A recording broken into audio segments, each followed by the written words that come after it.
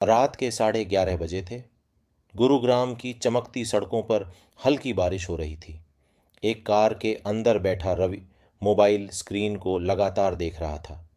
3 missed calls, 4 अनअंसर्ड messages और एक ही सवाल, आखिर मेरी डील्स क्लोज क्यों नहीं होती हैं। उसी समय दूसरी तरफ शहर के एक लग्जरी कैफ़े में अमन अपने क्लाइंट के साथ कॉफ़ी पी रहा था। वही मार्केट, वही प्रोजेक्ट्स, वही रेट्स, लेकिन दोनों की दुनिया अलग थी। और इस फ़र्क की वजह प्रॉपर्टी नहीं थी, बल्कि सेल्स को समझने का तरीका था। दोनों रियल एस्टेट डीलर थे, दोनों ने साथ शुरुआत की थी, सपने भी लगभग सेम थे। Luxury car, on office, market reputation, financial freedom.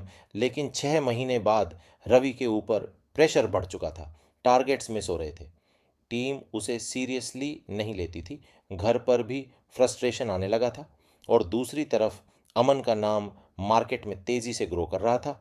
Clients खुद उसे रिफ़र कर रहे थे, डीलर्स उसकी तारीफ करते थे, बिल्डर्स उसे प्रायोरिटी इन्वेंट्री देते थे। लोग कहते थे, अगर डील प्रोफेशनल तरीके से करनी हो तो एमएन से मिलो। एक सुबह दोनों को सेम इंक्वायरी लीड मिली। नाम था मिस्टर खन्ना, दिल्ली के बड़े businessman, investment mindset, strong budget. Ravi ने तुरंत कॉल लगाया। फ़ोन कनेक्ट हुआ। Hello sir, Ravi this side. और बिना रुके वो बोलना शुरू हो गया। सर, हमारी कंपनी 15 साल पुरानी है। सर, हमारे 8 प्रोजेक्ट्स हैं। सर, आज बुकिंग करेंगे तो स्पेशल रेट मिल जाएगा। सर, लोकेशन प्राइम है। सर, एप्रिसिएशन गारंटीड है।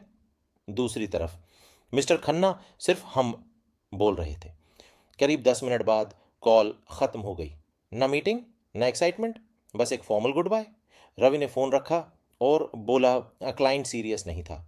लेकिन सच कुछ और था। क्लाइंट सीरियस था, रवि जल्दबाज था। वो शुरुआत में ही क्लोजिंग कर रहा था। कुछ देर बाद अमन ने उसी क्लाइंट को कॉल किया। उसकी आवाज़ में न डेस्परेशन थी, न ओवर एक्साइटमेंट, बस calm confidence. Hello sir, Aman this side. सबसे पहले थैंक यू आपकी इंक्वायरी के लिए। मैं आपको बेहतर गाइड कर सकूं, उसके लिए आपकी रिक्वायरमेंट थोड़ा समझना चाहूँगा। मिस्टर खन्ना पहली बार थोड़े कंफर्टेबल हुए। अमन ने धीरे धीरे 3 सवाल पूछे। सर, इन्वेस्टमेंट के लिए देख रहे हैं या personal use? Short term vision है या लॉन्ग टर्म? और मीटिंग के लिए कौन सा टाइम आपके लिए कंफर्टेबल रहेगा? कॉल सिर्फ 3 मिनट चली, लेकिन मीटिंग फिक्स हो गई। क्योंकि अमन जानता था, इंट्रोडक्शन का काम डील क्लोज करना नहीं, इंटरेस्ट क्रिएट करना होता है। अगले दिन मिस्टर खन्ना ऑफिस पहुंचे। Luxury reception, soft music, glass cabin, ये थी कॉन्सेप्ट स्टेज। रवि होता तो ब्रोशर खोलकर रेट बताने लग जाता, लेकिन अमन ने ऐसा नहीं किया। उसने प्रोजेक्ट का विजन एक्सप्लेन करना शुरू किया। सर, ये पूरा कॉरिडोर अगले 5 साल में ट्रांसफॉर्म होने वाला है। लग्जरी रेंटल डिमांड तेज़ी से बढ़ रही है। ये सिर्फ प्रॉपर्टी नहीं, फ्यूचर लाइफस्टाइल हब बनने वाला है। आज जो लोग अर्ली एंट्री करेंगे वो सबसे बड़ा एप्रिसिएशन देखेंगे। धीरे धीरे मिस्टर खन्ना की आंखों में क्यूरियोसिटी आने लगी। अब वो सिर्फ स्क्वायर फीट नहीं देख रहे थे, वो फ्यूचर देख रहे थे।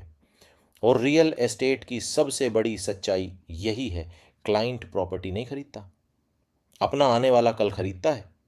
फिर आया कंपैरिजन स्टेज। मिस्टर खन्ना पीछे कुर्सी पर बैठे और बोले, लेकिन मार्केट में और भी प्रोजेक्ट्स हैं, यहीं पर ज़्यादातर डीलर्स घबरा जाते हैं। Discount, offers, pressure. लेकिन अमन मुस्कुराया। बिल्कुल सर, कंपैरिजन होना भी चाहिए, लेकिन कंपैरिजन सिर्फ रेट का नहीं होता। Construction quality, brand reputation, future connectivity, rental demand, community planning, इन सब का फ़र्क होता है। उसने दूसरे प्रोजेक्ट्स को बुरा नहीं बोला, बस अपने प्रोजेक्ट की स्ट्रेंथ काल्मली एक्सप्लेन की। और उसी मोमेंट क्लाइंट को फील हुआ, ये आदमी सेल्समैन नहीं, एडवाइज़र है। शाम होने लगी थी, स्काई ऑरेंज रंग में बदल रहा था। अमन मिस्टर खन्ना को बैल्कोनी में लेकर गया। नीचे सिटी लाइट्स चमक रही थीं। कुछ सेकंड दोनों चुप रहे। फिर अमन धीरे से बोला, सर, इमेजिन कीजिए 5 साल बाद वीकेंड पर आप फैमिली के साथ यहाँ कॉफ़ी पी रहे हो, या ये प्रॉपर्टी आपको हर महीने स्ट्रॉन्ग रेंटल इनकम दे रही हो, या आपका एसेट डबल अप्रिसिएशन पर खड़ा हो। हवा धीरे धीरे चल रही थी और उसी पल मिस्टर खन्ना इमोशनली कनेक्ट हो गए, क्योंकि अब वो प्रॉपर्टी नहीं देख रहे थे, अपना फ्यूचर महसूस कर रहे थे। इमोशनली कनेक्टेड क्लाइंट सबसे जल्दी डिसीजन लेता है। अब आखिरी स्टेज बची थी, नेगोशिएशन। मिस्टर खन्ना बोले, अमन जी, बेस्ट प्राइस क्या देंगे? यहीं पर मार्केट के 90% डीलर्स गलती करते हैं, तुरंत रेट गिरा देते हैं। लेकिन अमन शांत रहा। उसने कहा, सर अगर फास्टर पेमेंट करेंगे तो प्रेफर्ड इन्वेंट्री दे सकता हूँ, लार्जर यूनिट कंसिडर करेंगे तो बेहतर वैल्यू निकल सकती है, रेफरल एसोसिएशन करेंगे तो एडिशनल बेनिफिट्स पॉसिबल हैं। उसने डिस्काउंट नहीं दिया, उसने वैल्यू क्रिएट की। मिस्टर खन्ना के चेहरे पर रिस्पेक्ट आ गई। उन्हें महसूस हुआ, ये इस डेस्परेट सेलर नहीं है, ये प्रोफेशनल एडवाइज़र है। 2 दिन बाद डील क्लोज हो गई। लेकिन कहानी यहीं ख़त्म नहीं हुई। अमन डील के बाद भी कनेक्टेड रहा। फॉलोअप, सपोर्ट, रिलेशनशिप, त्योहारों पर message, occasional calls, investment updates. 6 महीने बाद उसी क्लाइंट ने 3 और रेफरेंसेस दिए और वहीं अमन की मार्केट वैल्यू कई गुना बढ़ गई। दूसरी तरफ रवि अब भी कोल्ड कॉलिंग कर रहा था, अब भी जल्दी क्लोजिंग करने की कोशिश कर रहा था, अब भी हर कंपैरिजन पर डिस्काउंट दे रहा था और हर फेल्ड डील के बाद किस्मत को ब्लेम कर रहा था। दोस्तों, जिस दिन आपने इन स्टेजेस को समझ लिया, उस दिन मार्केट आपको सिर्फ डीलर नहीं, प्रोफेशनल समझेगी। क्लाइंट्स आप पर ट्रस्ट करेंगे, रेफरल्स खुद आने लगेंगे और आपकी आवाज़ में सो कॉन्फिडेंस आ जाएगा जो किसी भी मार्केट का गेम बदल सकता है। क्योंकि रियल एस्टेट में सिर्फ प्रॉपर्टी नहीं बिकती, विजन बिकता है, ट्रस्ट बिकता है और सबसे ज़्यादा एक इंसान का कॉन्फिडेंस बिकता है।